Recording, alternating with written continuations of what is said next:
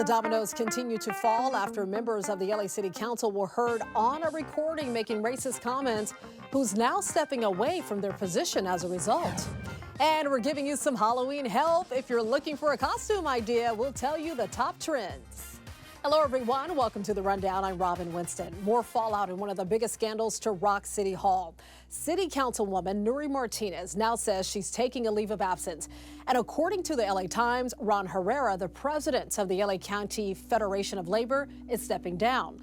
Well, he was in a meeting with 3 city council members, including Martinez, last year when they made racist and derogatory comments. That conversation was leaked over the weekend. Martinez stepped down as president Monday, and then Tuesday morning she released a statement saying that she's taking a leave of absence. City council members Kevin De Leon and Gil Cedillo were also heard in that leaked audio.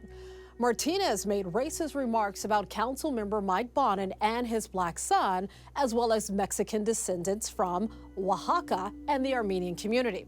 The comments made about Bonin's son relate to their participation in an MLK parade. It's like the oddest thing. It's like black and brown on this float. And then there's this white guy with this little black kid who's misbehaved. Este niño has they're not doing, the kid is bouncing off the effing walls on the float, practically tipping it over. There's nothing you can do to control him. Parece changuito. They're raising him like a little white kid, which I was like, this kid needs a beat down. Like, let me take him around the corner and then I'll bring him back. Yeah. Well, at this point, we still don't know who recorded the audio or whether anyone else was in that meeting. We've heard from numerous leaders who say all 3 should leave the city council. They need to resign. That is very, very clear. Otherwise, the healing and the reconciliation that we need, the work that we need to do at this moment is going to be that much more difficult. Mitchell Farrell is now the acting president of the city council. We've learned one of the accusers set to testify against Harvey Weinstein in his LA sex assault trial is the wife of Governor Gavin Newsom. Jennifer Siebel Newsom has been identified in court filings as Jane Doe number 4. She claims that Weinstein attacked her back in 2005 during a business meeting while she was a working actress. After his convictions on the East Coast, Weinstein faces 11 counts of sexual assault from 5 women in LA who say that he abused them in high-end hotels. He denies the accusations. LAX's website was among more than a dozen airport websites targeted by a hacker group sympathetic to Russia. For a time, some public features of the website for tracking airport conditions were inaccessible. Users were greeted by error messages and white screens. There were no disruptions to LAX operations, but security experts say this was a coordinated effort to send a message to the U.S. and other nations sympathetic to Ukraine. They let you know your capabilities, and they also saying, hey, we can go further, and we can do much more damage. The FBI and TSA are investigating, but the attack is thought to be the work of KillNet, a hacktivist group that stepped up its efforts following Russia's attack on Ukraine earlier this year. For the first time, Amazon is hosting a second Prime Day. I think I'm going to hide my wallet. Well, just like the annual event that happens in July, Prime members can expect Black Friday prices on everything from fashion and tech to home essentials and kitchen items. But retail experts say that some shoppers may be a bit disappointed.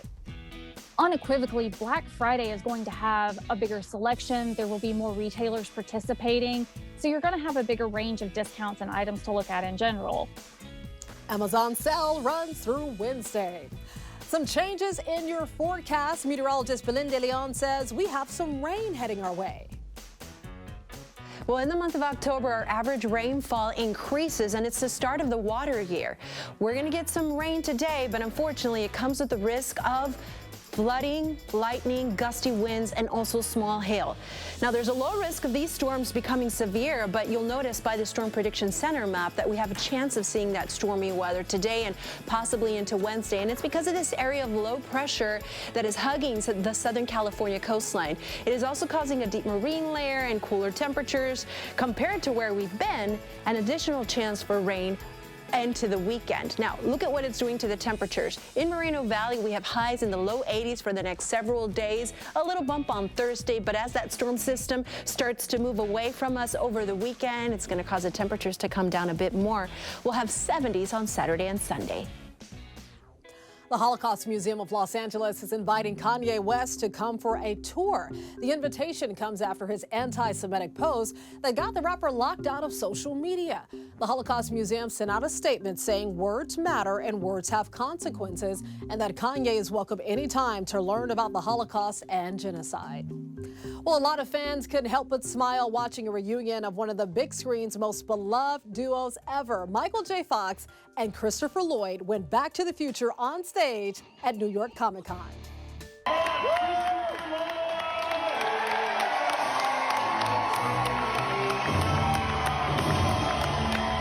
Very nice. Everybody's so excited. The time-traveling friends sat together on a panel talking about their classic 1985 blockbuster and its legacy. But fans were really touched when the co-stars shared an embrace before their talk began. Michael J. Fox is set to be honored by the Motion Picture Academy for his contributions to film and his efforts to help cure Parkinson's disease. As we celebrate Hispanic Heritage Month, we are also highlighting mariachi music, which has been a uniquely Mexican sound for hundreds of years. And we're also recognizing a band from Hacienda Heights, the first all-female mariachi band to win a Grammy Award.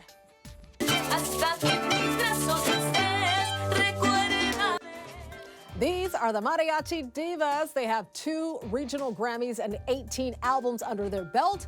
So there's no question that they are a huge success. Well, the group started in the late 1990s, and it was an uphill climb to get recognition, the recognition they deserve.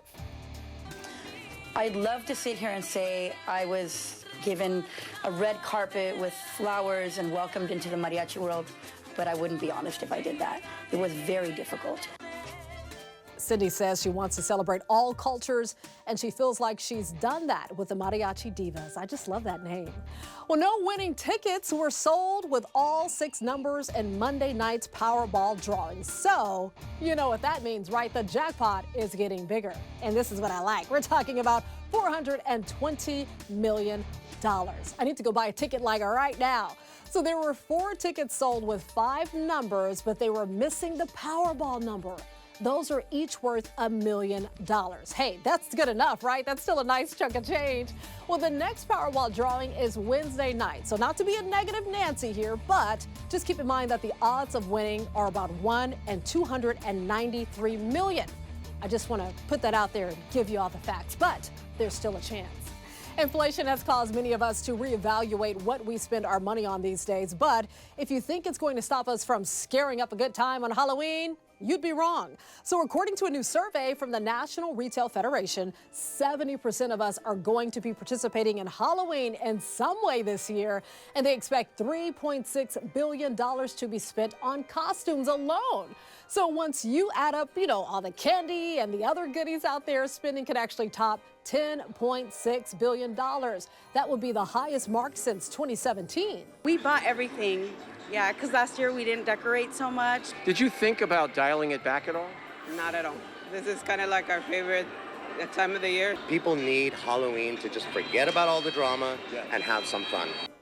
Yeah, we're not going to dial it back. We're going to crank it up, right? Experts see 2 big reasons for the spike in Halloween spending: the COVID pandemic easing up and Halloween falling on a Monday, which means for some, a full 3 days of partying starting the Friday before. Are you trying to figure out a Halloween costume? A lot of people are getting ideas from their favorite TV show or movie. So Pinterest actually ranked the top do-it-yourself costumes based on searches, and they're all inspired by pop culture. All right, so here we go. Number 1 on the list, the cast from Stranger Things. You may also see some young Elvis impersonators trick-or-treating on Halloween. Elvis and Priscilla are number 2. They're followed by American Psycho's Patrick Bateman, the Aviators from Top Gun, and rounding out the top 5, Anna Delvey. She's the con artist who was the subject of the Netflix miniseries Inventing Anna. These are some great ideas, a lot of pressure. I gotta go find a costume now. You can always get news and weather updates on the NBCLA app and on our website, NBCLA.com. And be sure to tune into Today in LA on NBC4 weekdays from 4 to 7 a.m. I'll be helping you get around with the traffic reports throughout the morning. I'll see you next time on The Rundown.